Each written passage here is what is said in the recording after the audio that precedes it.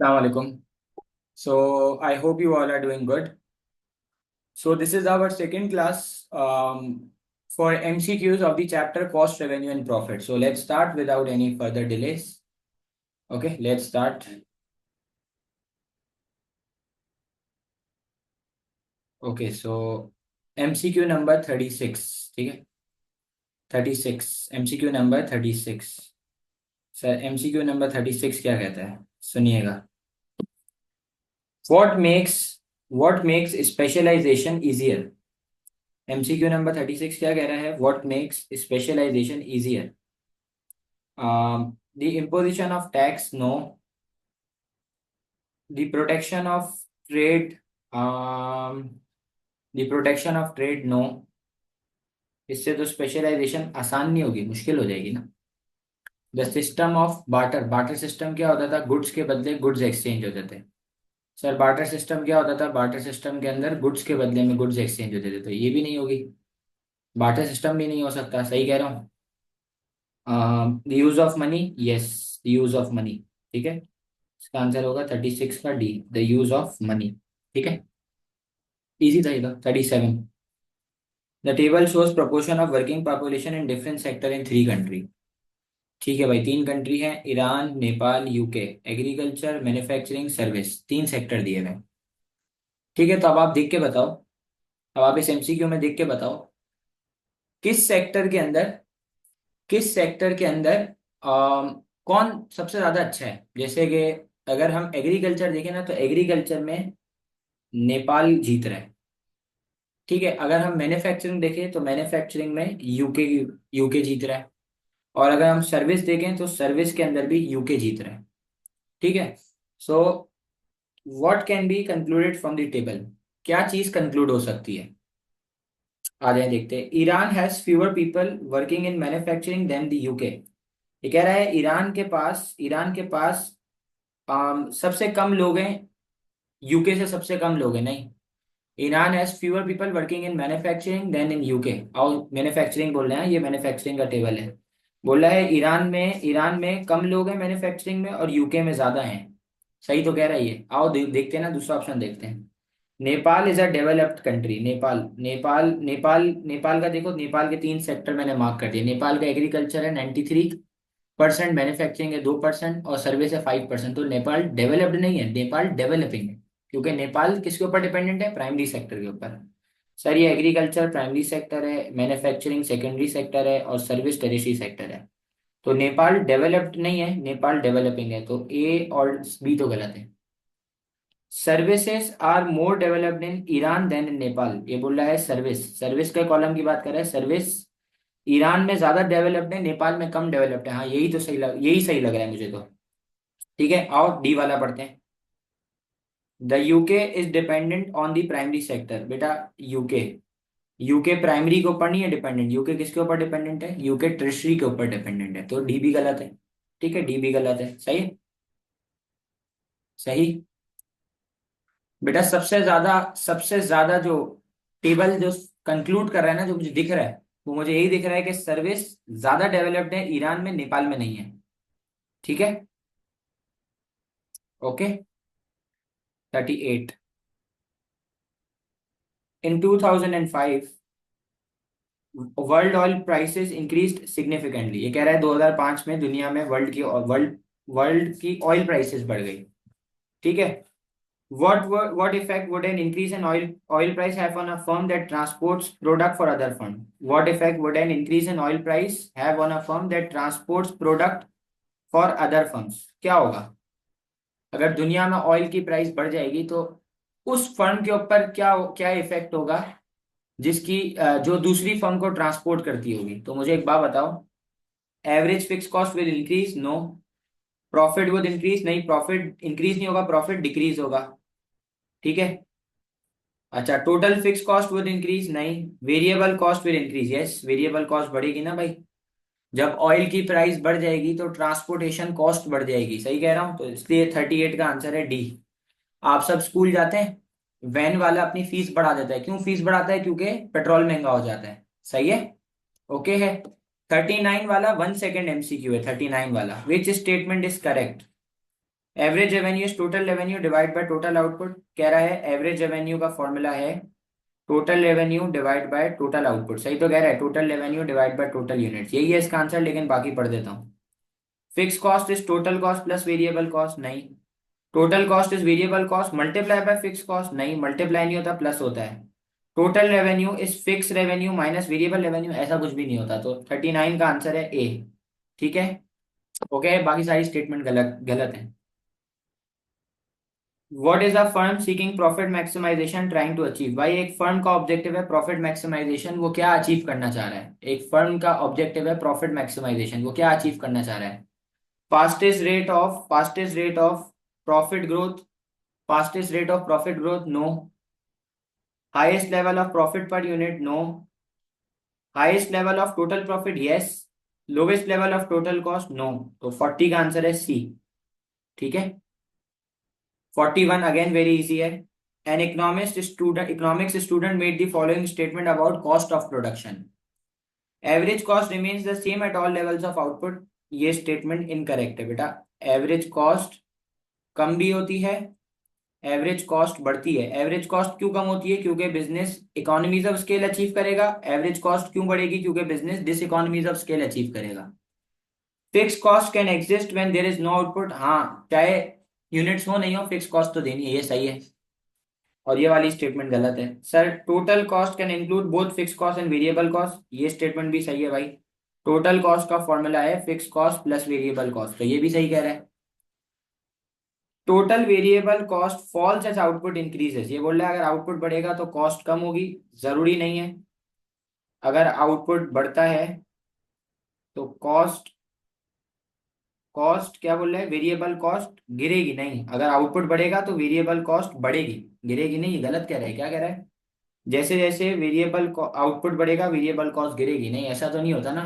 Output बढ़ेगा तो variable cost बढ़ेगी, आउटपुट कम होगा तो वेरिएबल कॉस्ट कम होगी, तो ये भी गलत है।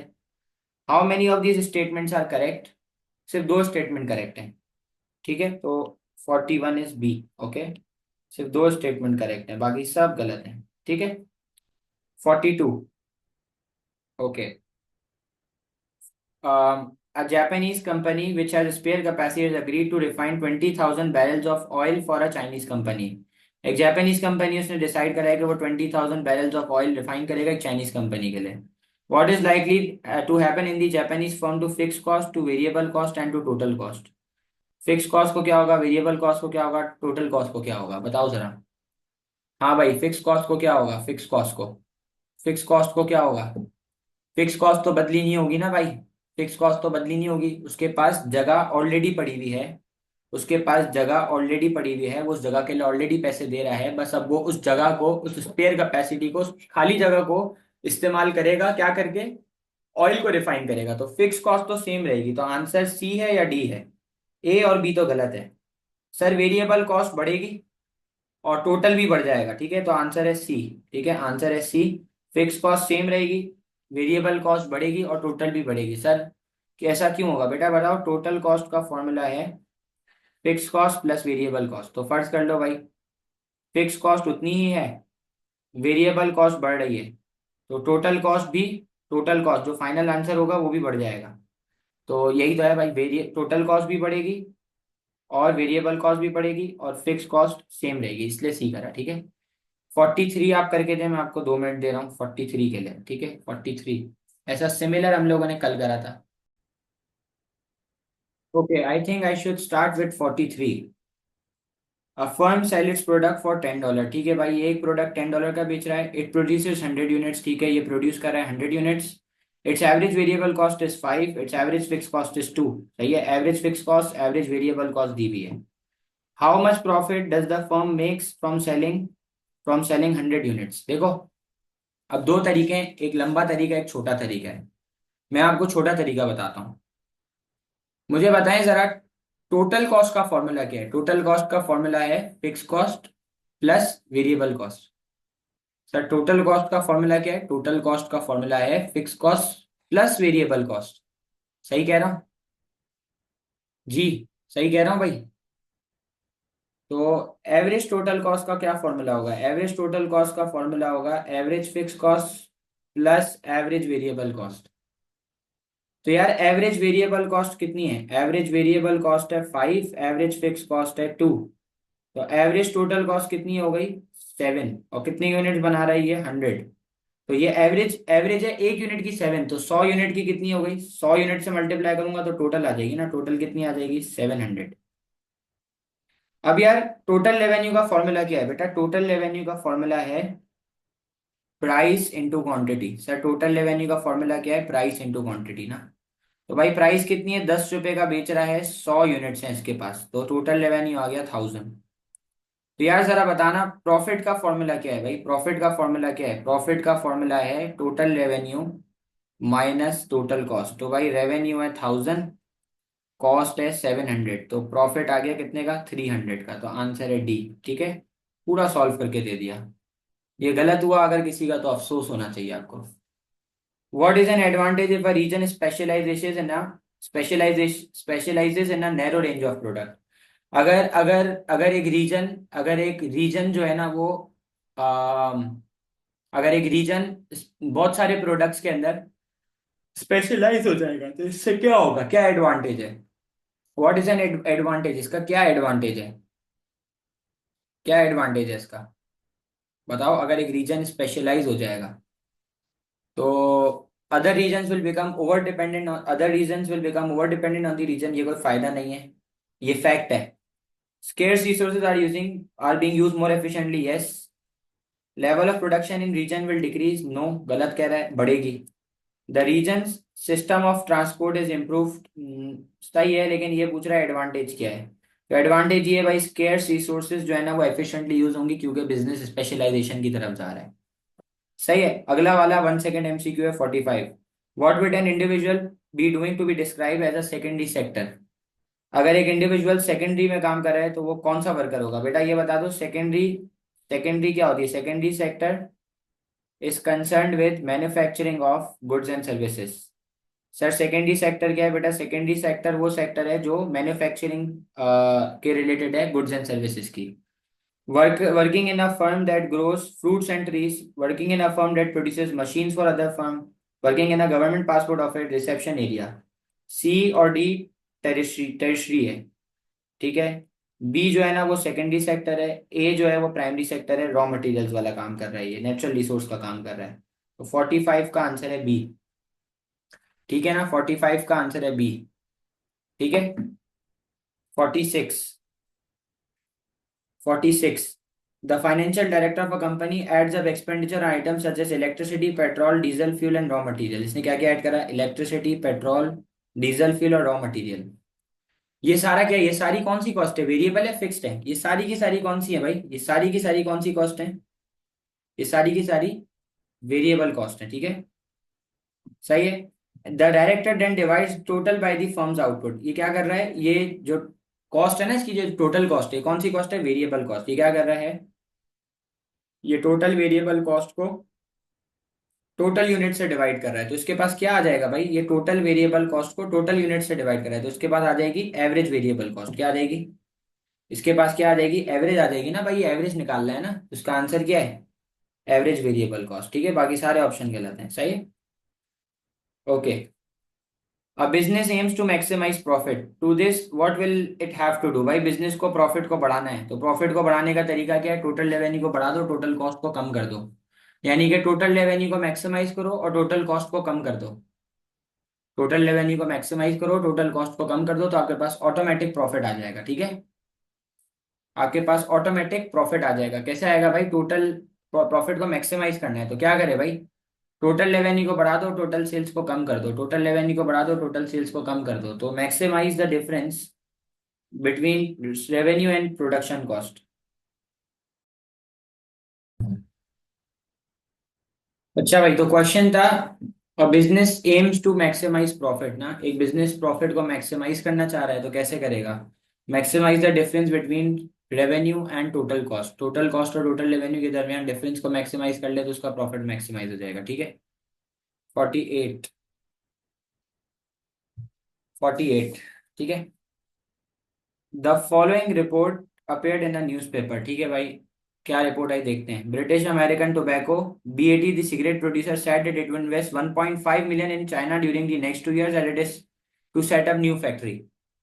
China is estimated to be the world's most important market for the sales of cigarette. What is likely to happen to total cost, total revenue and profit of BAT? तो मुझे एक बात बता, जब ये नई फैक्ट्री सेटअप करेगा तो टोटल कॉस्ट तो बढ़ेगी, ठीक है। और ये कह रहा है कि चाइना जो है ना वो वर्ल्ड की सबसे बड़ी वर्ल्ड की सबसे बड़ी मार्केट होगी सिगरेट बेचने के लिए, तो टोटल कॉस्ट भी बढ़ेगी, टोटल रेवेन्यू भी बढ़ेगा। तो आंसर होगा इंक्रीज इंक्रीज। और प्रॉफिट अनसर्टेन है बेटा, प्रॉफिट लॉस मैंने पहले ही बताया, प्रॉफिट लॉस बिजनेस के हाथ में नहीं होता है। प्रॉफिट लॉस जो है ना वो अल्लाह के हाथ में है, ठीक है ना। प्रॉफिट होगा या लॉस होगा, अनसर्टेन है भाई, कुछ भी हो सकता है, सही है, ठीक है ना। ये इसने बोला है, एस्टिमेट करा है इसने, देखो इसने क्या बोला है, इसने एस्टिमेट बोला है। अगर ये बोलता ना हाँ कि भाई रेवेन्यू ही होगा, तो फिर हम अनसर्टेन नहीं करते। इसने बोला एस्टिमेट, ये एस्टिमेट कर रही है, असली में तो नहीं हो रहा ना, ठीक है। Which of the following increases specialisation, कौन से ऑप्शन से स्पेशलाइजेशन इंक्रीज होगी, पढ़ते हैं, आ जाए देखते हैं। A farmer decides to convert some of his farm building into holiday cottages for rent. A government decides that a country should be more self sufficient in food production. A restaurant owner decides to have only vegetarian meals on his menu. A taxi driver decides to train for an additional license to drive a bus. तो भाई D वाला specialisation नहीं है, ए वाला specialisation नहीं है, answer B है या सी है। A government that decides that a country should be more self sufficient in food production, ये बोल रहा है फूड प्रोडक्शन में सफिशिएंट होनी चाहिए, तो ये भी नहीं हो सकता। रेस्टोरेंट ओनर ने डिसाइड करा है कि उसके पास सिर्फ वेजिटेरियन मील होगा, मतलब वो उसमें स्पेशलाइज है तभी सिर्फ वेजिटेरियन बेच रहे हैं ना, तो 49 का होगा सी, ठीक है। ओके 50, बहुत इजी है 50 वाला तो। Increasing returns to scale means that if inputs are doubled output will, output क्या होगा, इंक्रीजिंग रिटर्न्स टू स्केल का मतलब क्या है, मैं थोड़े से इनपुट डालूं आउटपुट ज्यादा आ जाएगा, मैं थोड़े से इनपुट डालूं आउटपुट ज्यादा आ जाएगा। इंक्रीजिंग रिटर्न टू स्केल का क्या मतलब है, रिटर्न टू स्केल, मैं थोड़ा सा इनपुट डालूंगा आउटपुट ज्यादा से आ जाएगा, बताओ। अगर इनपुट डबल करे हैं तो आउटपुट मोर देन डबल होगा, क्या होगा भाई, आउटपुट मोर देन डबल होगा ना भाई, मैं एक चीज डाल रहा हूँ दो आ रही हैं, जब मैं दो डालूंगा तो चार आएगी ना, तो 50 का क्या होगा भाई, 50 का होगा डी, मोर देन डबल, ठीक है। ये नया एमसीक्यू था सीखने वाला, ठीक है। अच्छा भाई, आगे चलता हूँ। Many people prefer to buy clothes from a local shop rather than to travel to a specialist tailor to have them made. Which combination of characteristics of the local shop would they most like? ये कह रहा है भाई लोग है ना, अब वो टेलर वेलर के पास जाना पसंद नहीं करते, वो प्रेफर करते हैं कि वो लोकल शॉप से कपड़े बाय कर लें, क्योंकि शॉप इजीली एक्सेसिबल है और शॉप जो है ना वो लेस एक्सपेंसिव होगी। ढूंढो भाई क्या होगा, 51, मिल गया ना answer. Easily accessible, quality average होगी और लेस एक्सपेंसिव होगा। भाई टेलर की क्वालिटी ऑब्वियसली अच्छी होगी और शॉप की क्वालिटी ऑब्वियसली क्या कहते हैं बैड क्वालिटी होगी, लेकिन शॉप से माल सस्ता होगा, टेलर से महंगा होगा, क्योंकि टेलर कस्टमाइज बना के देगा। सही है। 52 वाला जो है ना, 52 वाला मार्केट फेलियर का एमसीक्यू है, उसने तंग करने के लिए यहाँ पे दिया है। 52 बहुत आसान है, बताओ भाई।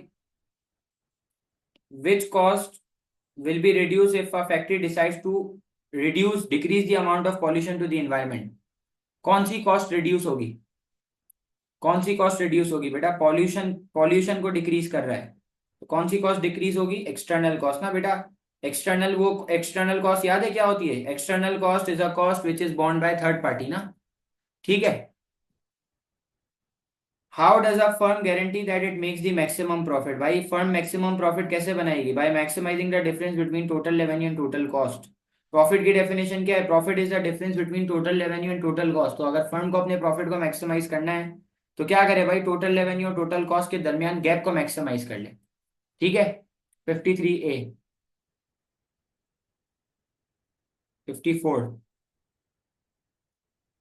54. Some travelers complain about the disturbance caused when other people use their mobile cell phone. ठीक है भाई. As a result, UK train operator announces that it will buy some new trains that will have a device fitted to prevent the use of mobile cell phone. What will definitely happen to the train operator? Train operator को क्या होगा? जो train चला रहा है, जो train operator है, UK का जो ट्रेन ऑपरेटर मतलब जो ट्रेन कंपनी वाला है, उसने अनाउंस करा है कि वो नई ट्रेन बाय करेगा. तो उससे क्या इंक्रीज होगा भाई? रोज ट्रेन बाय करेगा या एक बार करेगा? एक बार करेगा ना. तो it's average revenue will decrease. Decrease थोड़ी होगा, बढ़ेगा. It's total revenue will increase. हाँ, टोटल रेवेन्यू इसका बढ़ेगा. लेकिन टोटल रेवेन्यू को छोड़ो, वो तो ट्रेन में बैठेंगे लोग तो बढ़ेगा ना भाई. अभी तो इसने ट्रेन ले ली है. अभी तो इसने क्या ले लिया भाई? इसने ट्रेन ले ली है, तो उसकी फिक्स कॉस्ट बढ़ जाएगी ना भाई. ठीक है. सही. 55. What is not an advantage of specialisation and division of labour? कौन सा एडवांटेज नहीं है? कौन सा एडवांटेज नहीं है स्पेशलाइजेशन का? तो पहले एडवांटेज ढूंढ लेते हैं कौन सा है स्पेशलाइजेशन का और डिवीजन ऑफ लेबर का. A product is manufactured in separate stages, making it easier to use machinery. Some workers become more dependent on other workers. Workers complete a mid-range of tasks and become more efficient at them. ये तो specialization का फायदा है. Workers spend less time moving from one task to another. Some workers become more dependent on other workers. A product is manufactured in separate stages. ये भी फायदा है. ये भी फायदा है. ये फायदा नहीं है भाई, ये फायदा नहीं है. Some workers become more dependent on other workers. ये नुकसान है. वर्कर दूसरों के ऊपर डिपेंडेंट हो जाता है. सही है. 55 का बी है. ठीक है. अगर प्रोडक्ट सेपरेट स्टेज में मैन्युफैक्चर हो रहा है तो ये तो डिवीजन ऑफ लेबर है ना. ये तो डिवीजन ऑफ लेबर है. ठीक है. 56 1 सेकेंड एमसीक्यू है भाई. 56 1 सेकेंड एमसीक्यू है. 56. Who is definitely employed in the primary sector? Primary sector वो सेक्टर होता है जिधर क्या होती है? प्राइमरी सेक्टर वो सेक्टर है जिधर क्या होती है भाई? जिधर होती है extraction of raw material. Sir, primary sector वो सेक्टर है जिधर रॉ मटेरियल की एक्सट्रैक्शन होती है. A person engaged in agricultural production. ठीक है, इसमें कुछ डिस्कस करने का नहीं था. चलें आगे चलें.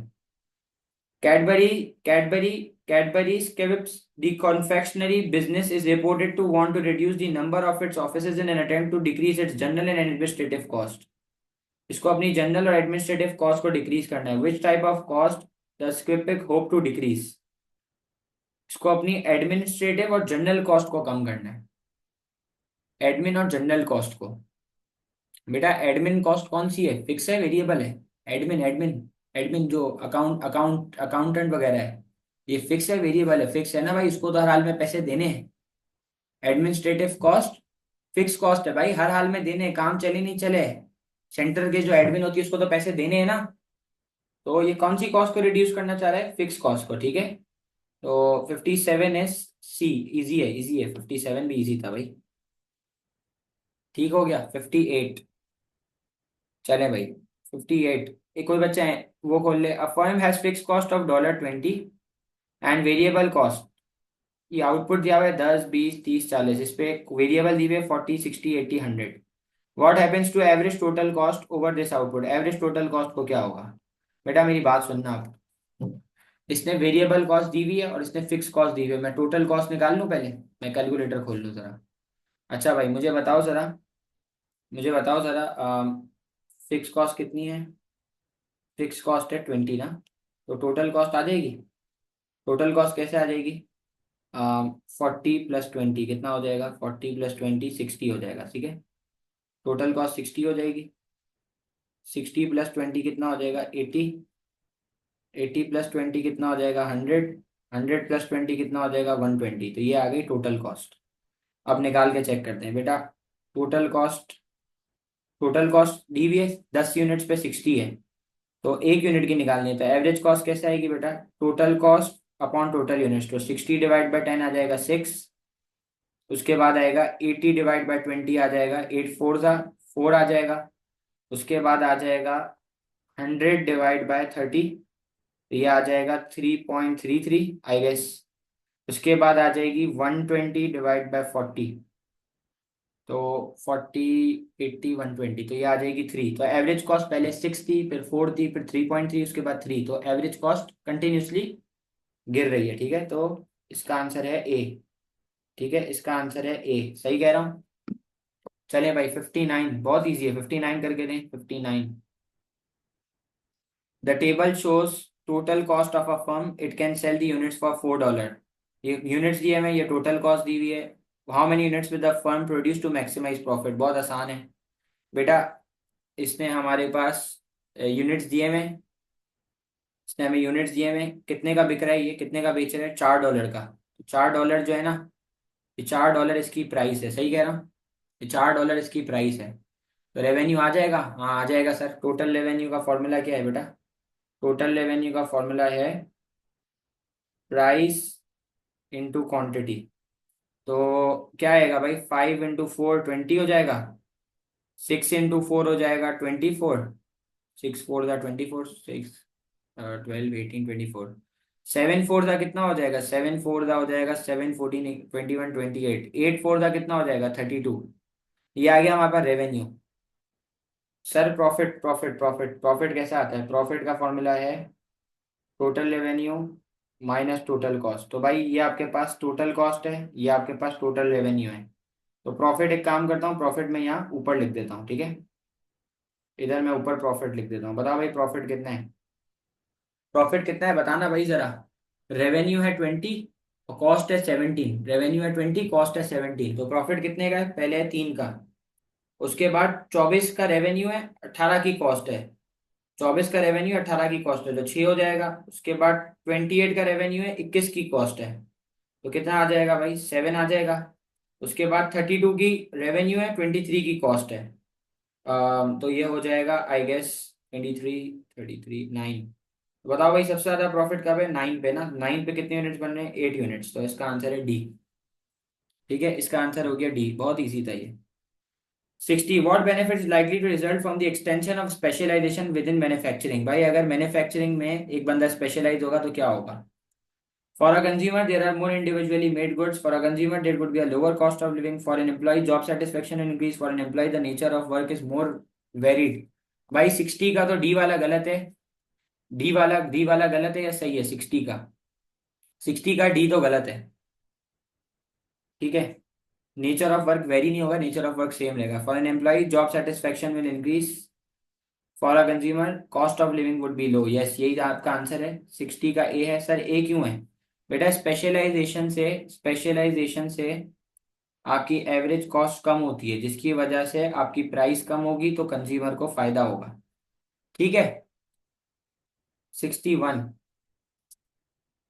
India is experiencing rapid growth in air travel, ठीक है। The number and size of airlines is increasing every year, which effect arising from this growth is an external economy of scale. याद है तीसरा एमसीक्यू आया था, चौथा पांचवा MCQ था।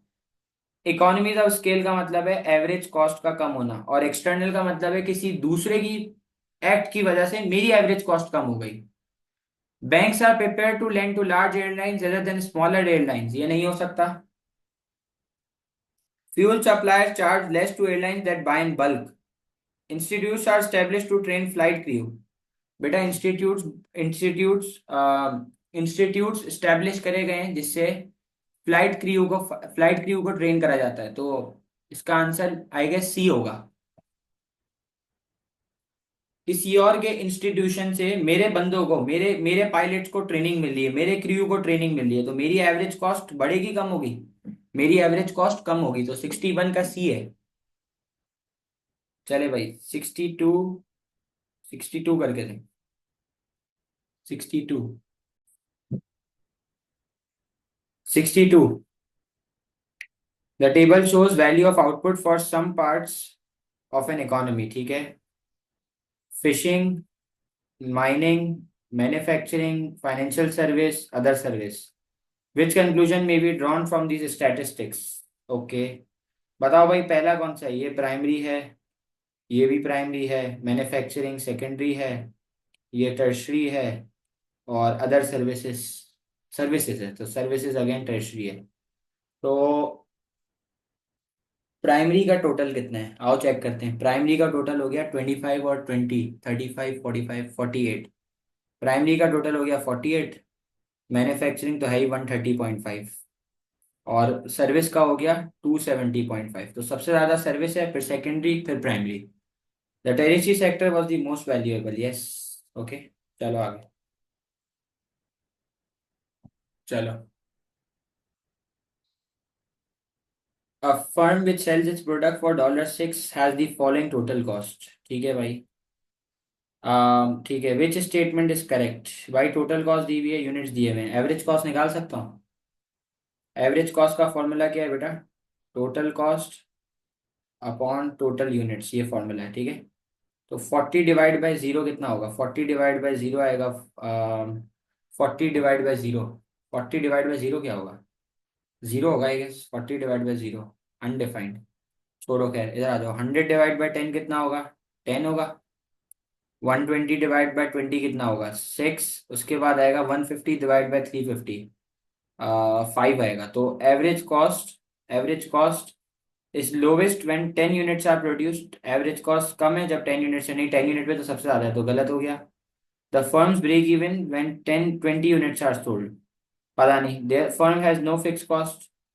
नहीं, ऐसा नहीं है, 0 यूनिट पे फिक्स कॉस्ट है, सी भी गलत है। Total variable cost will fall continuously over these outputs.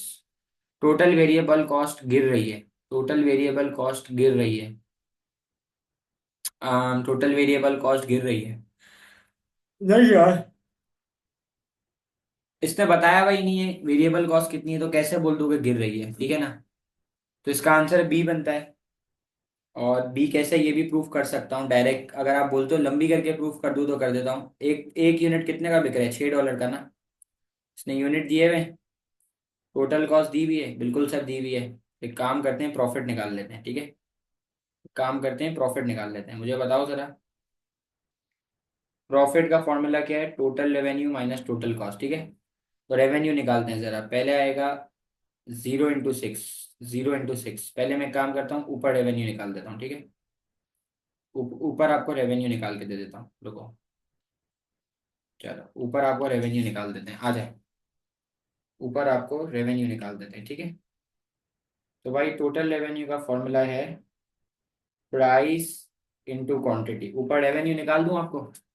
Sir एक यूनिट 6 का बिक रहा है, तो 0 × 6 कितना होगा? 0। 10 × 6 कितना होगा? 60। 20 × 6 कितना होगा? 120। 30 × 6 कितना होगा? 180। तो प्रॉफिट कितना है? पहले है रेवेन्यू 0 है, कॉस्ट -40। उसके बाद है -40। उसके बाद है 0। उसके बाद है +30। तो सही तो कह रहे हैं? ब्रेक इवन है ना भाई, रेवेन्यू कॉस्ट इक्वल है। ठीक है, तो इसलिए आंसर बी है, सही है। Okay. 64। 64। Barilla an Italian company is the world's largest pasta maker. It produces bread, pasta वाला है और ब्रेड भी बनाता है, ठीक है। In 2006, its bread production contributed to 1.5 billion of its to its total revenue of 5 point, overall profit was 0.6. What was the total cost? What was the total cost? मुझे एक बात बताओ, प्रॉफिट प्रॉफिट का फॉर्मूला क्या है? मुझे एक बात बताओ, प्रॉफिट का फॉर्मूला क्या है? प्रॉफिट का फॉर्मूला है total revenue minus total cost. इसने प्रॉफिट दिया हुआ है, हाँ दिया हुआ है, कितने का है? 0.6। हाँ भाई। आ, कितना है भाई? 1.5 बिलियन का इसका रेवेन्यू है, तो कॉस्ट आ जाएगी, कॉस्ट आ जाएगी 1.5 प्लस 0.6 करूंगा तो कॉस्ट आ जाएगी, कितनी आ जाएगी? 2.1 बिलियन। तो इसका आंसर है ए, 64 का आंसर है ए। ठीक है, 64 का आंसर क्या है? 64 का आंसर ए है। 65 आ जाए। 65 बहुत इजी है। 65 बोल रहा है एवरेज कॉस्ट निकाल के दो। The table shows a firms fix cost and variable cost at 4 level of output, ठीक है। तो अब क्या करें बताओ? अब क्या करें? ये वेरिएबल कॉस्ट और ये टोटल कॉस्ट का बॉक्स हो गया, ठीक है। देखना है इधर, तो ये मैंने बॉक्स बना दिया और इधर लिख दिया, ये हो गया टोटल कॉस्ट। टोटल कॉस्ट का फॉर्मूला है fix cost plus variable cost. ये हो गया एवरेज कॉस्ट। एवरेज कॉस्ट का फॉर्मूला है total cost upon total units. ठीक हो गया सर। फिक्स टोटल कॉस्ट कितनी आ जाएगी? 160, 180, 260, उसके बाद 350। सर एवरेज कॉस्ट कैसे आएगी? 160 डिवाइड बाय 50, 160 डिवाइड बाय 2, सही है। 160 डिवाइड बाई टू, पहले आ जाएगी 80। उसके बाद 180 divide by three. 180 divide by three, three six आ गया 60। उसके बाद 260 divide by four. 260 divide by four, 260 divide by four, 260 divide by four, 260 divide by four कितना हो जाएगा? 65। उसके बाद 350 डिवाइड बाई फाइव, 70 आ जाएगा। ठीक है, तो पहले 80 से 60 हो गई, उसके बाद 65 हुई, फिर उसके बाद 70 हुई। Eight which level of output average cost is at its lowest? Average cost सबसे लोवेस्ट कब है? 60। और ऐसा कब है? 3 यूनिट्स पे। तो आंसर है बी। 65 का है बी। ठीक है, any problem? 65 is B, any problem?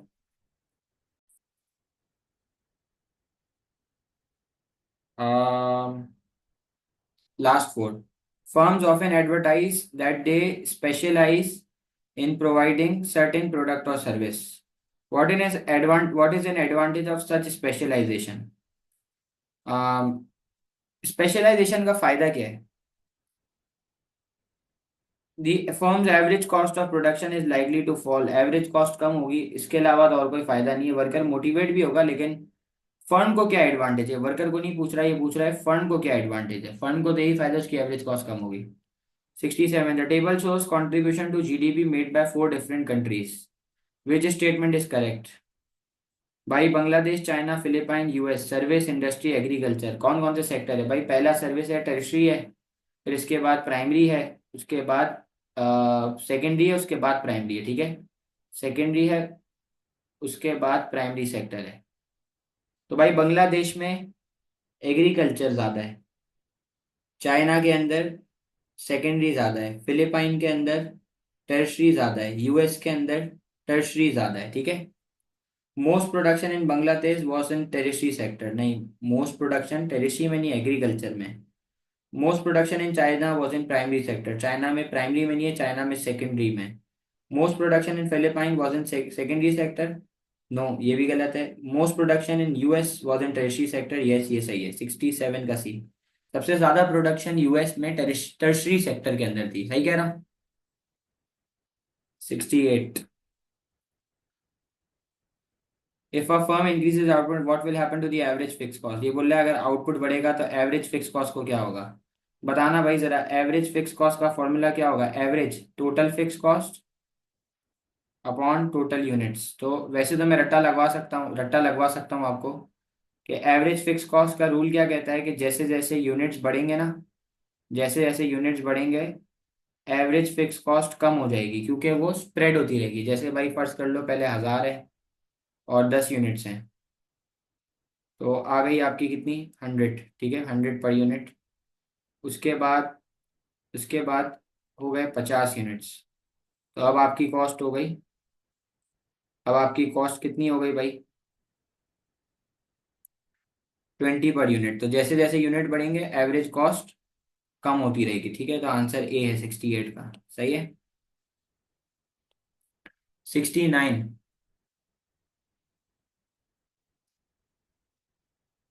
69 सुनिएगा। A firm raise the price of its product from 10 to 15। इसने प्राइस को 10 से 15 पे बढ़ा दिया, जिसकी वजह से सेल्स 200 से 150 हो गई। What happened to average revenue and total revenue? पहले प्राइस 10 से 15 थी और यूनिट्स 200 से 150 हो गए। तो भाई टोटल रेवेन्यू का फॉर्मूला है प्राइस इंटू क्वांटिटी। तो भाई पहले जो रेवेन्यू था वो था, पहले प्राइस 10 थी और यूनिट थे 200, तो पहले जो रेवेन्यू था वो था 200, 2000 का। ठीक है। अच्छा, फिर इसके बाद न्यू रेवेन्यू कैसे आएगा? न्यू प्राइस हो गई 15, न्यू क्वांटिटी हो गई 150। कितना आ जाएगा भाई ये? कितना आ जाएगा ये? 115 इंटू 150, 15 इंटू 150 कितना है? 2250।